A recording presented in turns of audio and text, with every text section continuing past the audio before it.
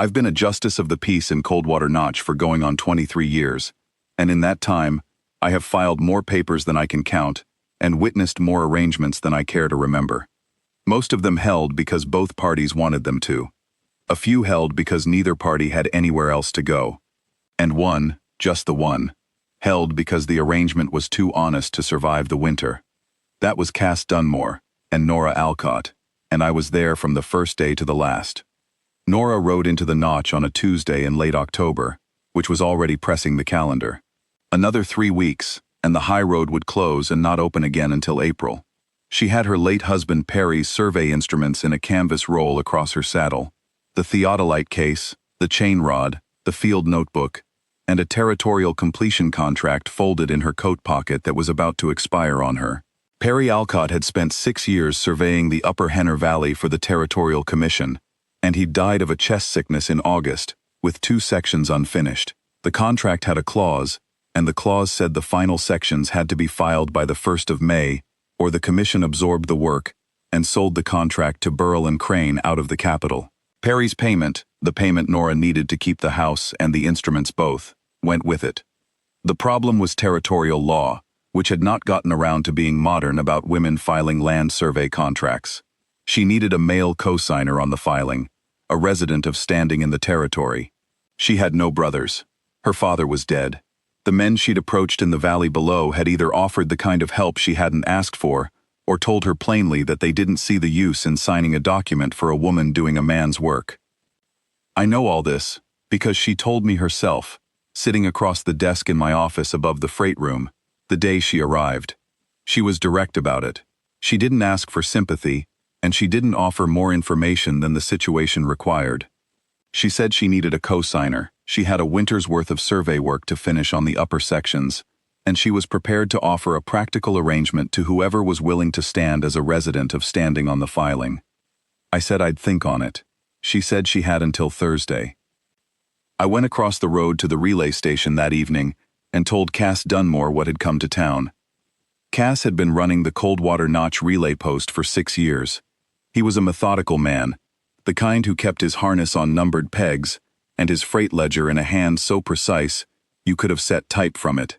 He'd been a widower for 3 years, since Lena died 2 days after the baby that didn't survive either, and the grief had settled into him the way cold settles into stone, quietly, completely, and without any sign of leaving. He kept the relay station running at a standard that made the company's regional inspector nervous, because a man that particular about his work was either covering something or had nothing else. With Cass, it was the second thing. He had 2 problems I knew about. The first was that with the road closing, he'd be spending the winter alone at the station, managing accounts and correspondence for 6 relay stops, and he'd been doing it alone for 3 years, and it was wearing on him in ways he didn't say. The second was that the station needed a full audit of its freight ledgers going back to 1878. The company had written twice, and Cass didn't have the time or the training to do it himself. I laid out what I'd heard from Nora Alcott. I said it plain. She needed a co-signer and a place to work through the winter. He had an audit that needed doing, and a station that could use a second pair of hands on the correspondence. The arrangement was a practical one. A paper marriage. Temporary, honest, dissoluble by mutual agreement in the spring. No expectations on either side. Separate quarters. Cass was quiet for a long moment. He said he'd need to meet her first. I brought them together the next morning in the freight office. Nora had her contract on the table.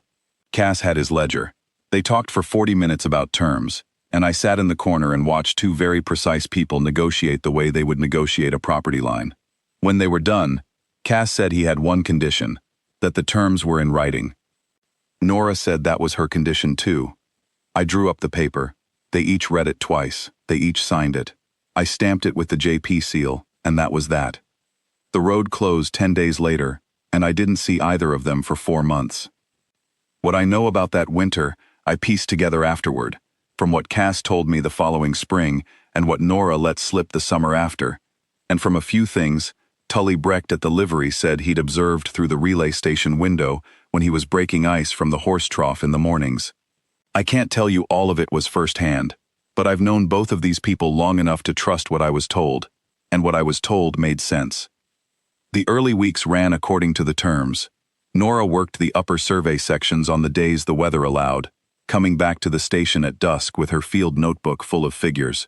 Cass fed the horses and managed the telegraph and worked the correspondence for the road commission.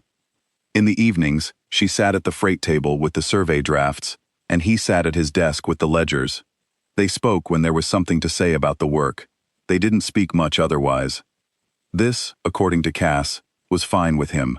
He was not a man who needed company. He had organized his life with considerable care to reduce the number of things that required him to feel anything in particular, and the arrangement fit neatly into that organization. Then came November, and with it, the cold that Coldwater Notch does, in a way that the valley below does not.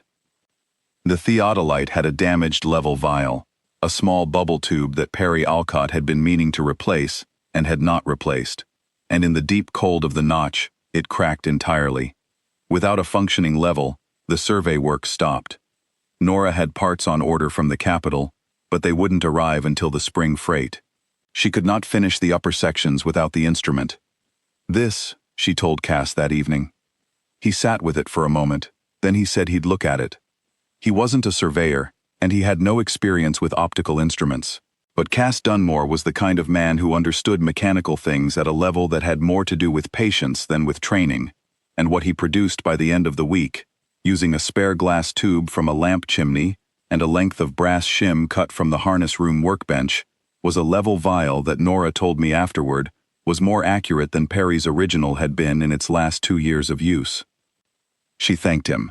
He said he'd done it because the work needed doing. But I think that was the moment the terms started to show their limits. December came. The survey sections moved forward. The freight ledger audit moved forward. They ate at the same table because there was one table in the station's main room, and it would have been strange to do otherwise. Nora cooked on Mondays and Wednesdays. Cass cooked the rest of the week, which turned out to mean that he made the same 3 things on rotation, with the consistency of a man running a relay schedule. She said nothing about this for 6 weeks. Then she taught him a 4th thing.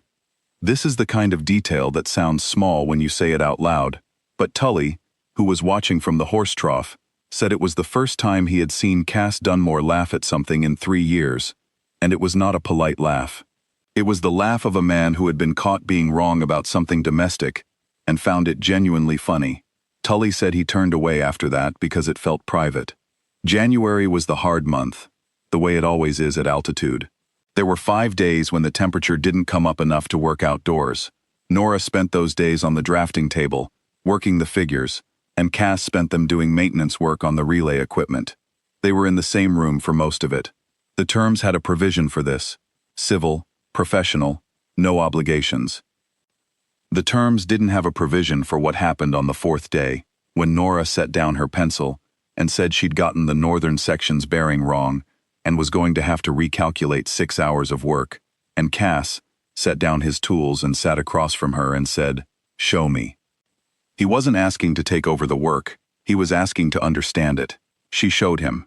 The way you show someone when you've stopped thinking of them as company and started thinking of them as someone whose attention matters. They worked the figures together for 2 hours. He caught an error in her chain measurement conversion that she'd been carrying forward for a week. She said later, she hadn't known what to do with a man who sat down across from her and meant it.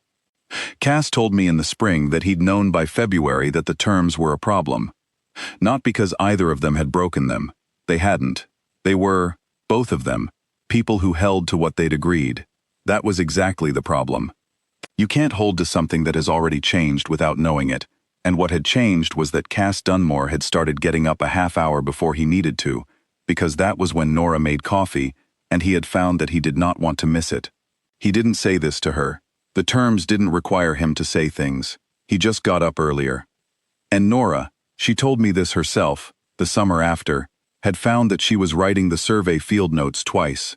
Once in her working notebook and once in a clean copy she left on the freight desk, not because the work required a clean copy, but because she knew Cass read through the desk papers in the evenings, and she had found that she wanted him to know what she was doing out there on the ridge. March came, and with it the first signs of a thaw. The completion deadline was May 1st. The survey had 2 sections left, the level vial held, Nora finished the last benchmark measurements on the 23rd of March and spent the final 3 days of the month at the drafting table, closing the figures. On the 31st, she filed the clean copies in Perry's old survey case, buckled the straps, and set the case by the station door. The road was passable by then. Not good, but passable. Cass was at his desk when she set the case down. He didn't look up immediately. He finished the line he was writing in the freight ledger, set the pen in the stand, and then looked over. She said she'd be leaving in the morning. He said he knew. There was a silence that went on long enough that it had something in it. Then Cass said he had something to tell her, and he would tell her now, because the terms of their arrangement did not require him to welch. And that meant if he said it, it was on his own account, and not the papers. She said all right. He said he didn't know how to say it, without it sounding like something the terms should have warned her about. He said he'd known in February that the arrangement had become something he hadn't signed for. He thought she might feel the same way, but he wasn't going to assume it, because he'd made enough assumptions in the early weeks of the winter to know they were unreliable. He said if she wanted to ride out in the morning with the survey case and her instruments, he would understand that, and he would tell no one that anything had been other than what they'd agreed to on paper. Then he stopped talking and waited. Nora was quiet for a moment. She said she appreciated the honesty, and the level vial, and the 4 months of a man who showed up every day at exactly what he was. She said she had ridden into the notch looking for a co-signer, and she had found something she hadn't put in the terms, because she hadn't known it was available. She said she'd like to leave in the morning and come back in the afternoon, if that was all right, because she had a survey contract to file at the territorial office, and she saw no reason that had to take more than a few hours. He said that was all right.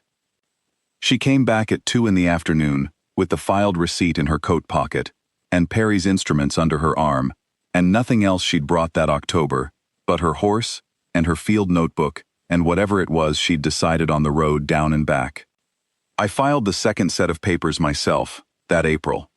The relay inspector came up in May, and found the freight ledger audit complete, and the station accounts in better order than they'd been in 8 years. He asked Cass what had changed. Cass said he'd had help with the correspondence. They're still up at the notch. The relay station still runs on time, the way it always did. The survey instruments are on a shelf in the freight office. Nora doesn't use them anymore, though she consults for the commission on contested boundaries twice a year, and they always ask for her by name. Cass still keeps the ledger in that precise hand. He gets up a half hour early in the mornings. I don't know that either of them would say the winter changed them. I think they'd say they held to the terms. And that's true enough. The terms just turned out to mean something different than what they'd signed.